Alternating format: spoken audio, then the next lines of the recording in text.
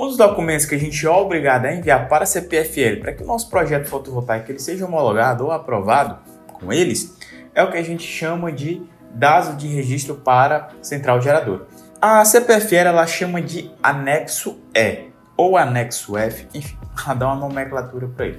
E onde é que você vai encontrar esse documento? Bom, basta você entrar no Google e você colocar assim, ó, CPFL Documentos Microgeração Distribuída.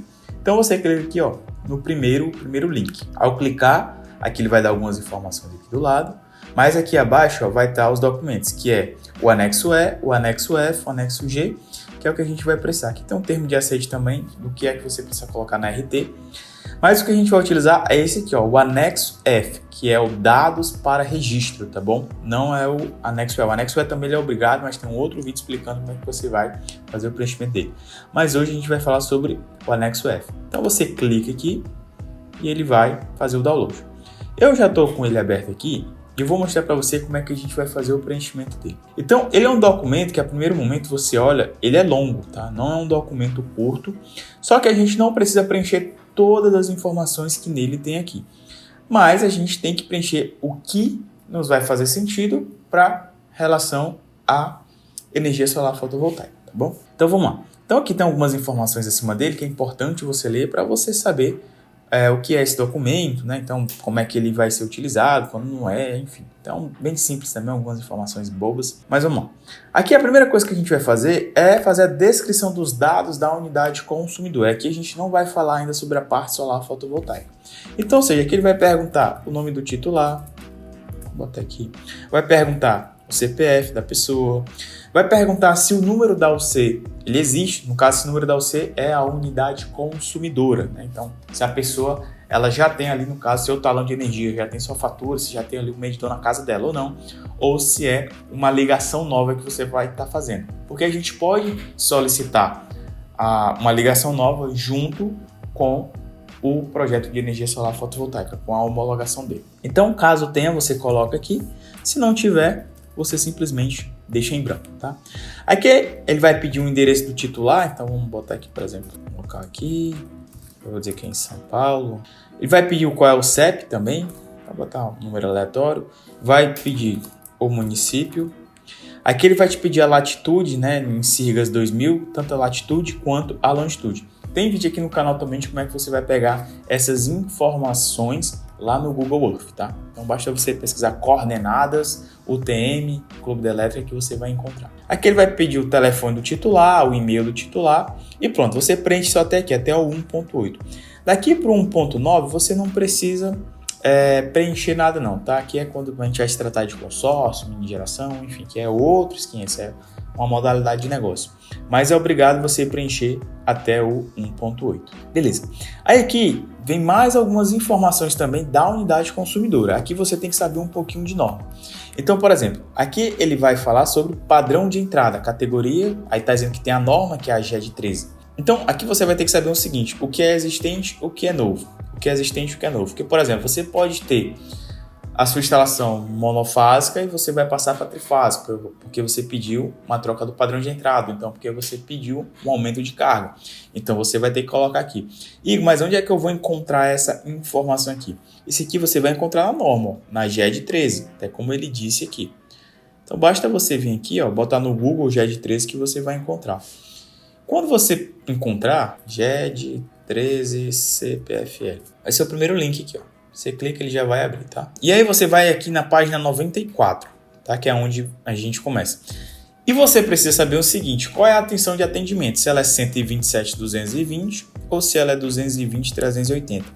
E também você precisa saber qual é o tipo de entrada do cliente.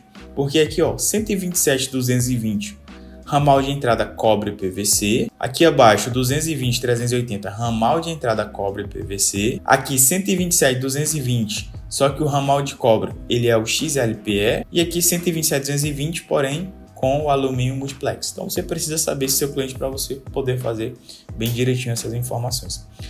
Mas, normalmente, é 127.220, no caso, cobre PVC.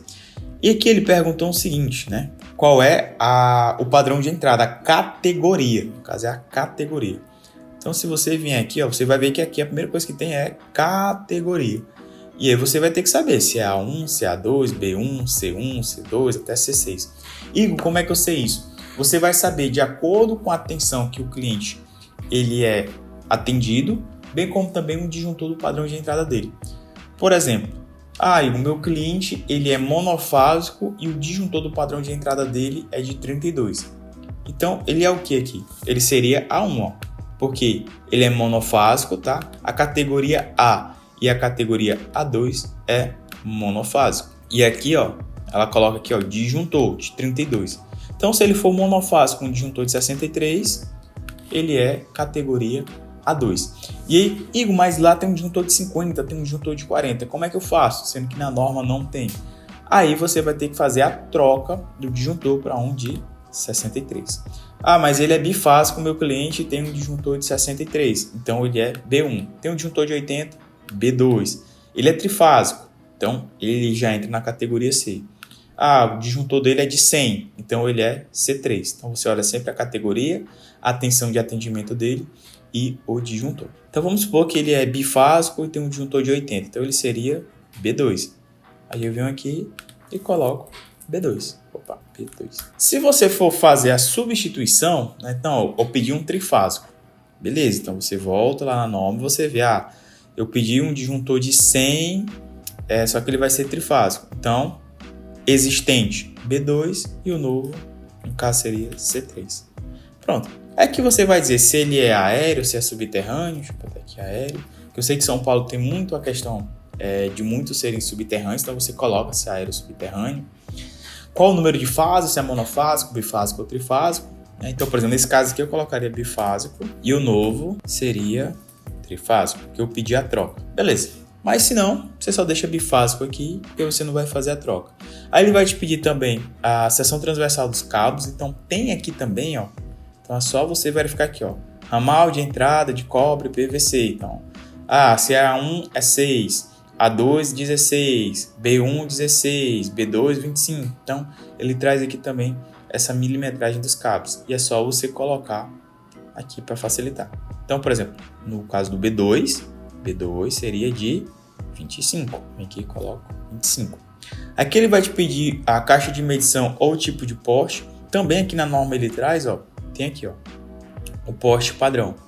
Então, pode ser o de 90 mini ou 100 multi 100. E se for categoria B até a C3, né, B1 a C3, eu utilizo o poste 100 multi 100. Se for categoria C4 a C6, eu utilizo a categoria multi 200. Se você quiser saber mais, tem essa outra norma dela aqui, ó, que é a 14, a JED 14945. Ela até informa aqui também, ó, onde é que você deve verificar, né? Segundo, a 14945. Então é importante, caso você queira saber mais, sobre os tipos de postes, né? Que os postes na CPFL é bem diferente de outros locais do Brasil, tá? Então ele fala mais informações, medições direta, indireta. Deixa eu voltar aqui. Bacana. Aqui ele vai te pedir também a caixa, no caso, a carga instalada do seu cliente. Então, a demanda disponibilizada se for média tensão ou carga instalada se for baixa tensão. Então, qual é o valor que você vai colocar? Também tem aqui na norma. Você vai voltar aqui.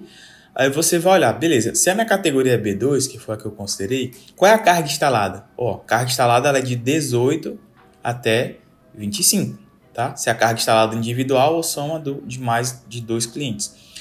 E aqui é o valor que eu vou colocar, de 18 até 25. Eu não posso colocar um valor aleatório não, tá bom? Se eu colocar um valor aleatório que esteja fora da minha categoria, o projeto ele pode ser reprovado facilmente. Se fosse um C4, e aqui você colocaria, né? No caso seria de 38 até 47 a demanda desse cliente. Então aqui, ó, eu sempre gosto de colocar o limite máximo. Então, 25. E aqui ele vai te pedir o disjuntor. Então, o disjuntor também tem aqui facilmente, né? Então, o disjuntor seria de 80. Eu volto aqui e coloco 80. Pronto, e está preenchido. Caso você vá adicionar, vá fazer troca, então você vai colocar aqui o novo. Coloca o que está lá existente e coloca o que vai ser alterado lá no seu projeto. Pronto. Então, aqui as informações, caso seja microgeração, se for mini geração também, é praticamente as mesmas informações, só vai mudar por conta das questões do transformador. E um pouquinho mais aqui abaixo, aqui é o número 3, tá? Que é que ele vai te pedir. Então, no número 3, ele vai te pedir para você preencher aqui, ó, as informações da unidade geradora fotovoltaica. Então ele vai, primeira coisa, te pedir a quantidade de módulos. Já aqui nessa parte, eu sempre considero a parte de acréscimo. Vamos supor que está do zero, é o primeiro projeto que esse cliente tem. Então, quantidade de módulos, vamos supor, vão ser 10 módulos. Aí aqui eu vou listar fabricantes. Porque, por exemplo, pode acontecer de ter um aumento de carga desse cliente, né? Então, o cliente já tem um sistema fotovoltaico, ele quer aumentar o sistema fotovoltaico dele. Então, por exemplo, o cliente já tem 10 módulos, mas ele vai adicionar mais 20. Então, o total previsto fica 30 módulos. Tá? Então, você faria dessa maneira. Mas se ele tiver do zero, aí a gente simplesmente coloca aqui, quantidade de módulos, 10. Qual o total previsto? 10. Lista de fabricantes. Vamos colocar aqui uma marca de módulo. Vou botar aqui, Honor Solar. Aqui ele vai pedir para listar o modelo dos módulos. Então, aqui também tem, vamos supor que seja esse modelo aqui, HYM10-144.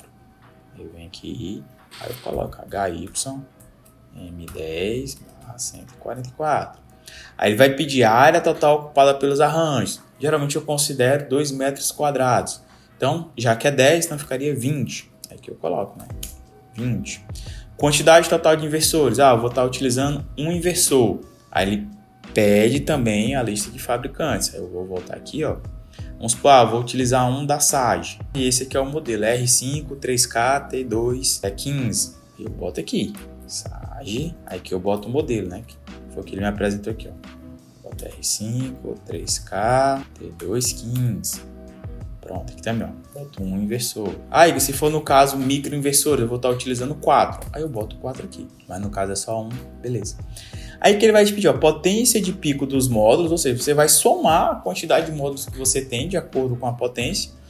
Vamos imaginar que nesse módulo que eu vou estar utilizando, ele seja o de 560.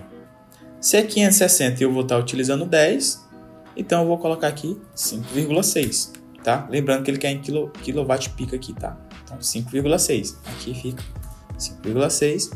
E a potência nominal dos inversores. Vamos supor que o inversor que eu estou utilizando, esse que eu apresentei para você, ele é um de 3. Eu volto aqui, Eu boto 3 kW, aqui 3 kW. E aqui ele coloca uma data pretendida para a entrada em operação. Eu sugiro você colocar sempre 2 ou 3 meses à frente da data de hoje que você vai estar fazendo o seu projeto fotovoltaico, tá bom? Então, assim você faz o preenchimento dessas informações aqui. Então, bem simples, bem fácil para você fazer o preenchimento dos dados para registro da central geradora, tá? Então, é só entrar no site, baixar e você fazer a sua lista aqui, você fazer o seu preenchimento e enviar aí para a distribuidora e ter o seu projeto fotovoltaico aprovado. Se você quiser aprender mais sobre como homologar projetos fotovoltaicos na CPFL, tendo um acompanhamento aqui da gente do Clube da Elétrica, fazendo análise dos seus projetos fotovoltaicos, retirando dúvidas, participando de um grupo de alunos que também fazem projetos na CPFL, eu convido você a conhecer o curso Meu Projeto Fotovoltaico Aprovado CPFL. Para você saber mais, é só você clicar no link que está aqui na descrição. Se você gostou desse vídeo, já curte, já comenta aqui quais documentos a mais, então como você faz o preenchimento aqui dessas informações. Então é isso aí, até a próxima.